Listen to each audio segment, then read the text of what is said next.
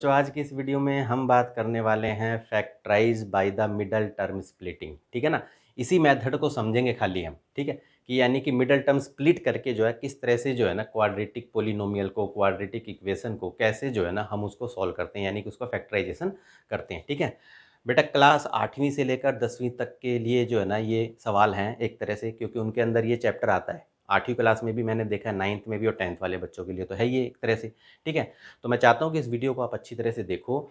ये मेथड आपको पूरी तरह से हम समझा देंगे। ठीक है, इसमें हम जरा 2 4 5 सवाल हम लेके देखेंगे। ठीक है, और कैसे जो है ना उनको करके देखा जाता है। ठीक, तो आइए शुरू करते हैं। देखो बेटा, पहले मैंने ना 2 सवाल लिए हैं। अब इसको अच्छी तरह से समझो कि कैसे जो है ना हम इस मेथड के द्वारा इसको सॉल्व करते हैं। ठीक, अब देखो एक ही आपका क्वाड्रेटिक पोलिनोमियल है x² + 7x + 12। क्या करोगे आप, समझो अच्छी तरह से कैसे करना है। यहाँ शुरू का जो नंबर होता है वो, और जो लास्ट का नंबर होता है वो, ठीक है, इन दोनों को आपको मल्टीप्लाई करना है।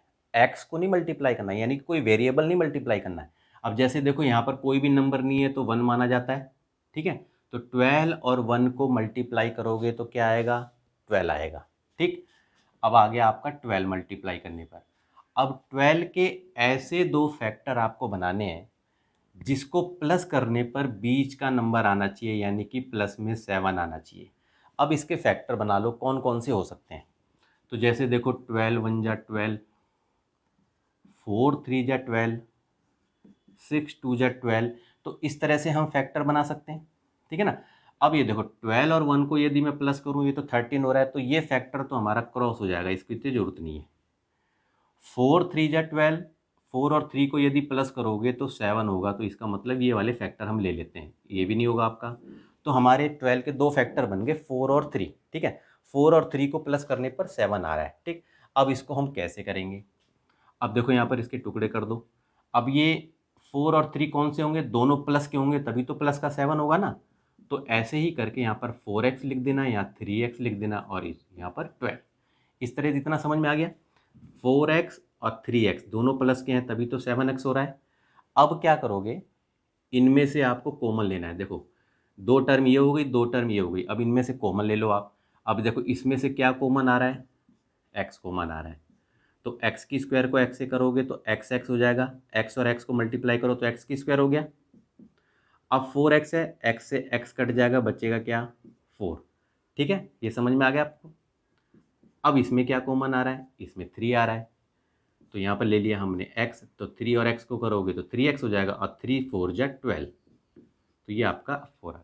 आपको ये ध्यान रखना है कि ये जो ब्रैकेट में जो संख्या है ना बेटा, और ये बिल्कुल सेम होनी चाहिए, इसमें प्लस माइनस का भी गड़बड़ नहीं होना चाहिए। ठीक है, यहाँ आपने सही बना दिया तो फिर आपका देखो दो फैक्टर बन गए, एक तो ये x हो गया, और +3 ये ले लो, और ये तो आपका कॉमन हो ही गया। तो देखो ये आपका फैक्टराइज हो गया। इस तरह से आप इसको करके देख सकते हो। ठीक है ना। अच्छा, सेकंड क्वेश्चन को देखो। अब ये 2 4 क्वेश्चन लेंगे हम। ठीक है, हो सकता है कि एक में ना समझ में आए हो बच्चे को, तो अभी 2 4 क्वेश्चन लेके देखेंगे, और थोड़े से रूट वाले भी लेके देखेंगे, उनको कैसे सॉल्व किया जाता है। ठीक, ये ताकि जो ना आपको अच्छी तरह से समझ में आ जाए बस। अब देखो बेटा, कैसे बताया था मैंने आपको कैसे करना है। पहले देखो शुरू का नंबर लो, लास्ट का नंबर लो। ठीक है, इनको मल्टीप्लाई करो तो क्या आएगा, 4 9 जा 36 आ गया, 36। ये चीज़ रफ में करना, ये तो खाली तुम्हें समझाने के लिए मैं बता रहा हूँ खाली। ठीक है ना। तो पहले काम क्या करना है आपको, शुरू के नंबर लास्ट के नंबर को मल्टीप्लाई करना है। अब 36 के ऐसे फैक्टर बनाओ जिसको प्लस करने पर 12 आ जाए, प्लस का 12। तो इसमें बनाओ जरा, देखो 6 6 जा हो गया, 12 3 36, 9 चौक 36। ठीक है, तो इस तरह से फैक्टर बन रहे हैं हमारे। अब देखो यहाँ पर 9 और 4 को प्लस करेंगे तो 13 हो रहा है, 12 3 को प्लस करेंगे तो 15 हो जाएगा, 6 और 6 को प्लस करेंगे तो 12। तो इसका मतलब ये फैक्टर हमारा सही है, इसको ले लेते हैं हम। ठीक है ना। अब हमने क्या करा, इसी तरह से लिख दिया 4x की स्क्वायर, 6x प्लस में 6x प्लस में 9। इस तरह से हमने लिख दिया। देखो 6 6 जा 36 भी होता है, और 6x को प्लस करोगे तो 12x हो जाएगा। अब क्या करोगे, अब वही चीज़ है, अब इसमें से और इसमें से आपको ऐसे करके कॉमन लेके चलना पड़ेगा। ठीक है, अब यहाँ पर देखो बेटा, x यहाँ भी है, x यहाँ भी, तो एक तो x कॉमन हो जाएगा। अब ये 4 और 6 जो है ये किससे डिवाइड हो रहा है, तो देखोगे 2 से हो रहा है ये, ठीक है। तो 2 ले लेते हैं, चलो हम यहाँ पर 2 कॉमन हो गया, ब्रैकेट लगा दो अब। तो 2 2 जा 4, तो 2 हो जाएगा और ये x हो जाएगा। तो देखो 2x को मल्टीप्लाई करोगे तो 4x की स्क्वायर हो जाएगा कि नहीं हो जाएगा। अब 6x और ये 2x है तो x से x कट जाएगा, 2 3 जा 6, तो ये 3 हो जाएगा। इतना समझ में आ रहा होगा आपको। और यहाँ भी देखो क्या है, तो यहाँ पर हमारा 6 और 9 किससे हो रहा है, 3 से हो रहा है, तो 3 ले लेते हैं हम कॉमन, x तो है नहीं ना। अब इसको करेंगे तो 3 2 जा, यानी कि 3 2x हो जाएगा और 3 3 जा 9।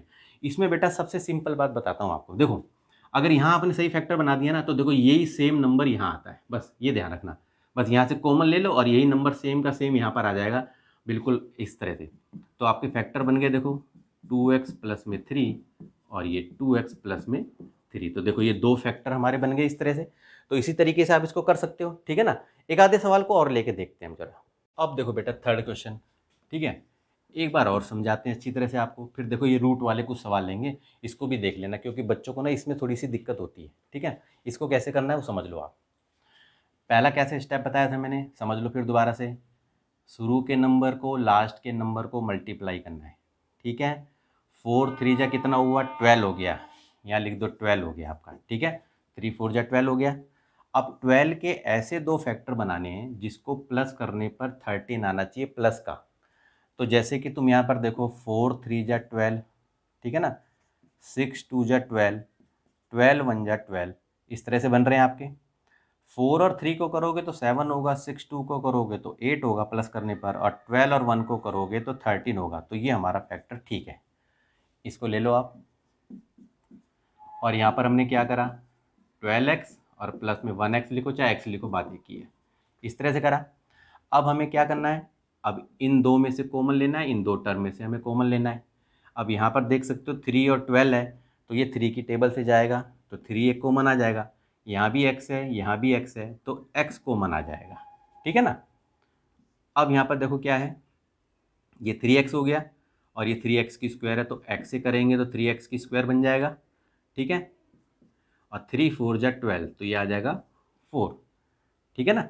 यानी कि 3x, 3 4 जा 12, 4 आ गया, x से x कट जाएगा। अब यहाँ तो कोई भी कॉमन नहीं है तो बेटा 1 माना जाता है, ठीक है, ये ले लिया। और जैसा कि मैंने बताया था कि x प्लस 4 है ना, ये सेम का सेम लिख दो।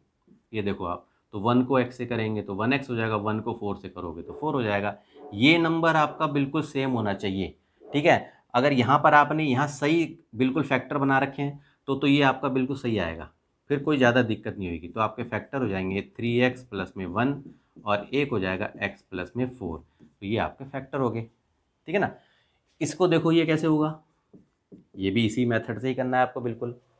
यहाँ पर देखो कुछ नहीं है, 1 माना जाएगा, ये 6 है, 6 1 जा 6 हो गया, ठीक है, 6 हो गया।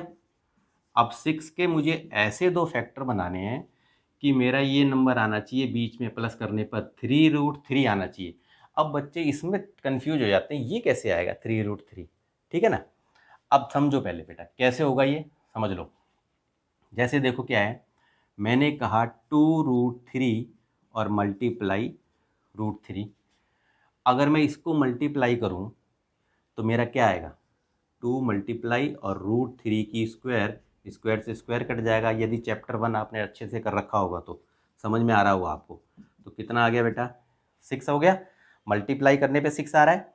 और यदि इनको मैं प्लस करूं, इनको प्लस करूं तो आपको पता ही है, जैसे 2√3 है और यहाँ पर 1 है, तो इसको 2 + 1 और √3 कॉमन आ गया, तो 3√3 आ गया कि नहीं आ गया। यानी कि प्लस करने पर तो 3√3 आ रहा है और मल्टीप्लाई करने पर 6 आ रहा है। तो हमारे 2 फैक्टर बन गए, एक तो बन गया 2√3 और एक बन गया √3, ठीक है, समझ में आ रहा है अच्छी तरह।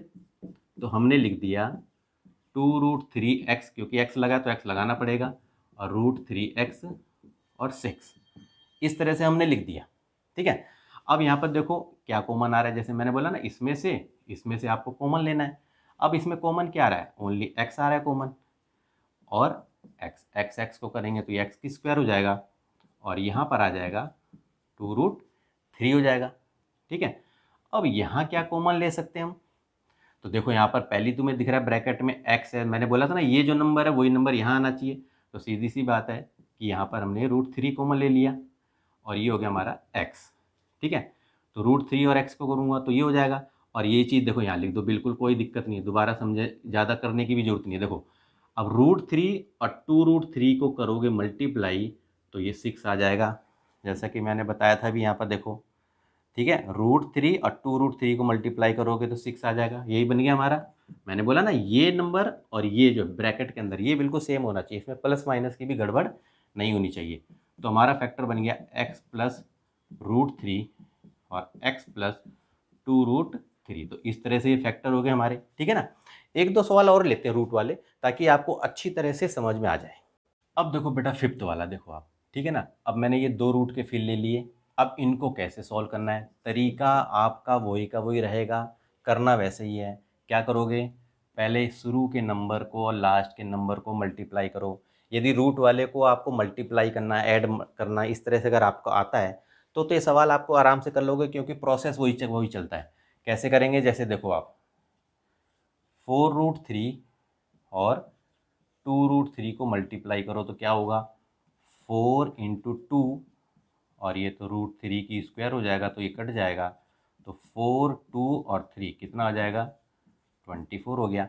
तो यानी कि इसको इसको मल्टीप्लाई करने पे हमारा 24 आ रहा है, यानी कि 24 आ रहा है। अब 24 के ऐसे दो फैक्टर बनाओ जिनको प्लस करने पर 5 आना चाहिए। तो आपको दिख ही रहा है, ये तो 8 3 जा हो जाएगा, सीधा ही कर लेते हैं हम। तो 8 3 जा 24 होता है। अब 8 और 3 को यदि आप प्लस करोगे, वैसे तो 11 आ रहा है ना, लेकिन हमें तो लाना है 5, तो क्या करना पड़ेगा हमें, 8 और उसमें से -3। 8 और -3 को यदि मैं प्लस करूँगा तो क्या आएगा, 5 आएगा कि नहीं आएगा, ठीक है। तो ध्यान रखना है कि आपको प्लस आना चाहिए, बीच का नंबर आना चाहिए, क्लियर। तो हमारे फैक्टर बन गए, तो हमने यहाँ लिख दिया 4√3x², ये हो गया हमारा 8x - 3x, और ये 2√3। अब हमें इसमें से और इसमें से आपको कॉमन लेना है।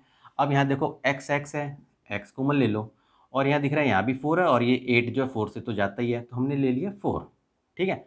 अब यहाँ पर 4 ले लिया मैंने, तो यहाँ बचा क्या, √3x। 4x और √3x को करोगे तो यही आ जाएगा कि नहीं आ जाएगा, और इसको करोगे तो आपका 2 आ जाएगा, 4 2 जा 8 होता है। अब यहाँ पर क्या कॉमन आ सकता है हमारा, जैसा कि मैंने बताया देखो ब्रैकेट में यहाँ पर बेटा √3 आ रहा है। अब यहाँ कॉमन क्या लें हम, तो यहाँ भी हमें कॉमन √3 ले लेना है। क्यों, क्योंकि हमें तो 3 लाना है ना। तो ब्रैकेट में अब यहाँ देखो, ये तो सीधा ही लिख दो ऐसे करके, ज़्यादा कुछ करने की जरूरत ही नहीं है। √3 को करोगे तो 3 हो जाएगा, x लग गया हमारा, और बाकी तो हमारा 2 इस तरह से लगा दो आप, ठीक है। ये चीज़ और ये चीज़ सेम होनी चाहिए, अगर आपने यहाँ पर सही तरह से फैक्टर बनाया, प्लस माइनस की भी गड़बड़ नहीं करी, तो ये तो आप इजीली बना लोगे। तो हमारे फैक्टर क्या हो गए, 4x - √3, और ये हो गया √3x प्लस में 2। तो देखो ये हमारा फैक्टर बन गया। अब देखो बेटा फिफ्थ क्वेश्चन, ठीक है, इसको भी समझो आप। इस वाले नंबर को और इस वाले नंबर को आपको मल्टीप्लाई करना है, तो सीधी सी बात है। अब यहाँ देखो 5√5 है, 8√5 है, कितना आ जाएगा, 5 इंटू 8 और इंटू 5, यानी रूट से रूट कट जाएगा। 8 पंजे 40 पंजे कितना होता है, हाँ 200, ठीक है ना। अब हमारा 200 हो गया। अब 200 का यानी कि 200 के ऐसे दो फैक्टर बनाओ कि जो हमारा बीच का नंबर आना चाहिए प्लस करने पर। तो ये तो सब आराम से बना लेगा बच्चा। 20 10 जा, देखो तो 20 10 जा 200 होता है, 20 और 10 को प्लस करोगे तो 30x। ये तो ईजिली हमारा बन गया। तो ये देखो हो गया हमारा 20x 10x और 8√5। अब जैसा कि मैंने कहा, इसके में और इसके बीच में से हमें कॉमन लेना है। तो सबसे पहले हमने ये दो टर्म ली, इसमें से कॉमन क्या आ सकता है, तो हमने देखा यहाँ पर कि भाई 5 आ सकता है और एक x कॉमन आ सकता है। देख लो आप, 5 इसमें भी है और 20 से 5 तो जाता ही जाता है, 5 से 20, तो 5x हो गया हमारा। अब इसको हमने करा तो क्या आएगा, रूट में 5x, यानी कि 5x और रूट में 5x को मल्टीप्लाई करोगे तो 5√5x की स्क्वायर हो जाएगा कि नहीं हो जाएगा, और 5 4 जा 20, तो ये हमारा हो गया इस तरह से। अब यहाँ भी आप देखो, अब यहाँ पर हमारा क्या होना चाहिए। अब जैसा कि मैंने कहा कि यहाँ तो √5x हमारा दे ही रखा है, तो हमने यहाँ पर क्या ले सकते हैं, तो 2√5, और यहाँ पर तो हमारा तुम्हें दिख ही रहा है, ये तो बनेगा ही हमारा सीधा सीधा 5x, और यहाँ पर 4 सीधा ले लो, बस ज़्यादा कुछ नहीं करना। अब देखो 2√5 और √5 को करोगे तो 5 5 या 10 हो जाएगा कि नहीं हो जाएगा। और ये 2√5 को 4 से करोगे तो 8√5 हो जाएगा। तो कहने का मतलब ये हमारा हो गया फैक्टर 5x प्लस में 2√5, और ये तो कॉमन है ही हमारा √5x प्लस में 4। तो ये दो फैक्टर आपके बन गई, ठीक है ना। तो बेटा ये कुछ सवाल लेकर जो है मैंने आपको जो है ये स्प्लिटिंग द मिडल टर्म समझाने की कोशिश करी मैंने, और उम्मीद करता हूँ कि आपको ये अच्छी तरह से समझ में आ गई होगी। बेटा आज के लिए इतना ही। वीडियो अगर आपको अच्छी लगी तो इसे लाइक करो, कमेंट करके भी बताओ मुझे कि आपको वीडियो कैसी लगी, ठीक है। और जो भी बच्चा अगर नया जुड़ा बेटा इस पर, तो वीडियो को लाइक भी करो, ठीक है, कमेंट करके भी मुझे बताओ, और सब्सक्राइब भी करो, ठीक है। तो बेटा आज के लिए इतना ही। ओके।